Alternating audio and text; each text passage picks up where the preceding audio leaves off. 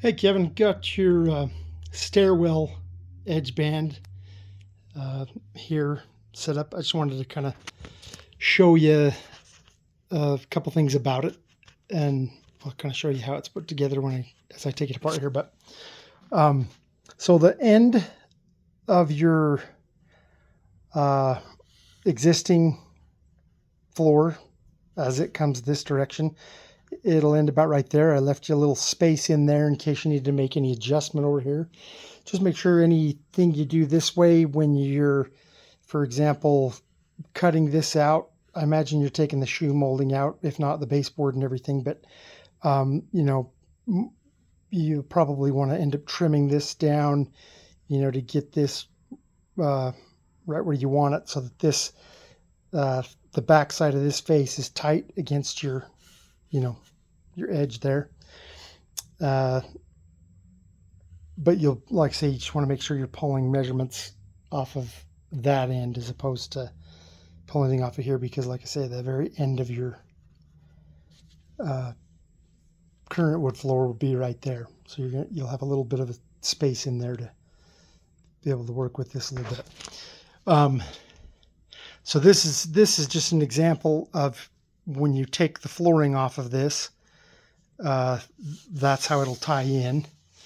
And then here's your corner, and then that picks up these planks that land onto this is your perpendicular nose here. And I'll show you kind of how this all goes together. So if I remove this piece here,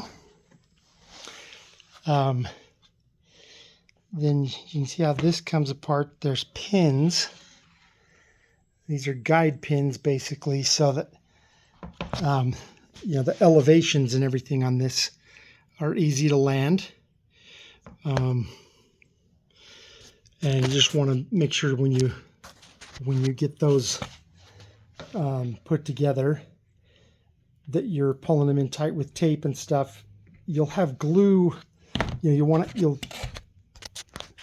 want to put glue in these channels there and there.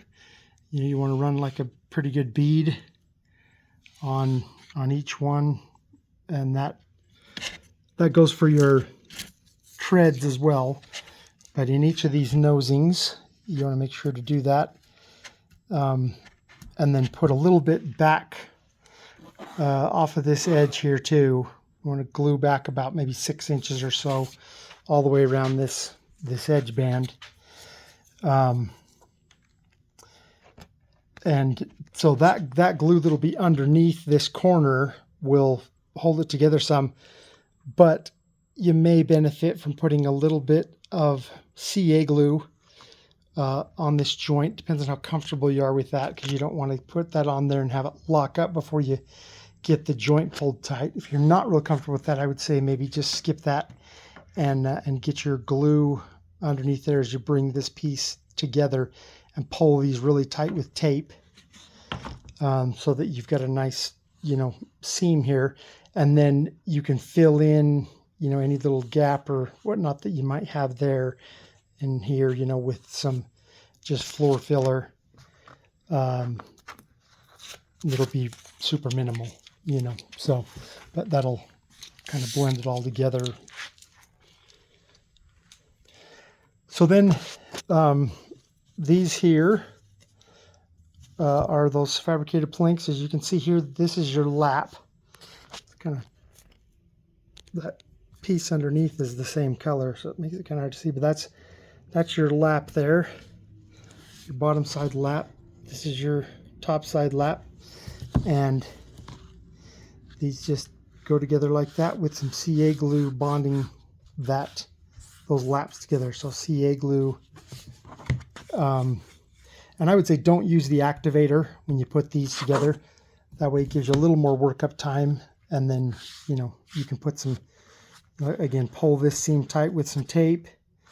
And if you need to make sure that you've got these in the same orientation, you can put a little weight here so that you don't have anything tipping and running away from you, because they fit perfectly. So you can get a little weight on there. It'll flatten them out so that they're are in line with one another. So all of these are that same, have that lap, and then this is the upper lap here. There's 6 of these.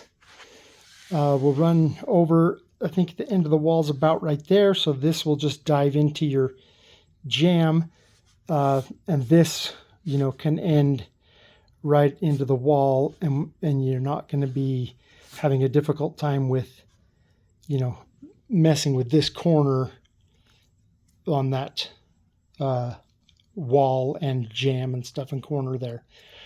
So keeping this on this side of it makes that simple. So this will just dive into that jamb, and then you can start laying flooring into the next room from there.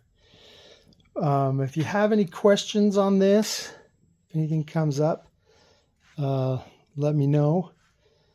The bottom sides of this, I've just made about 1 3/8 inches deep. And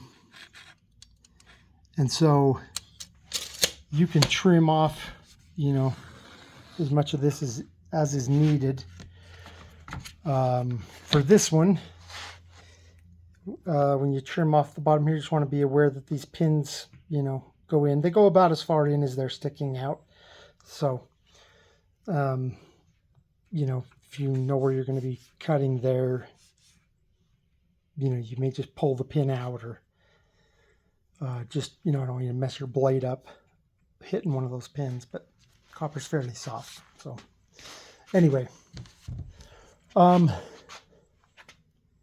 any questions, let me know.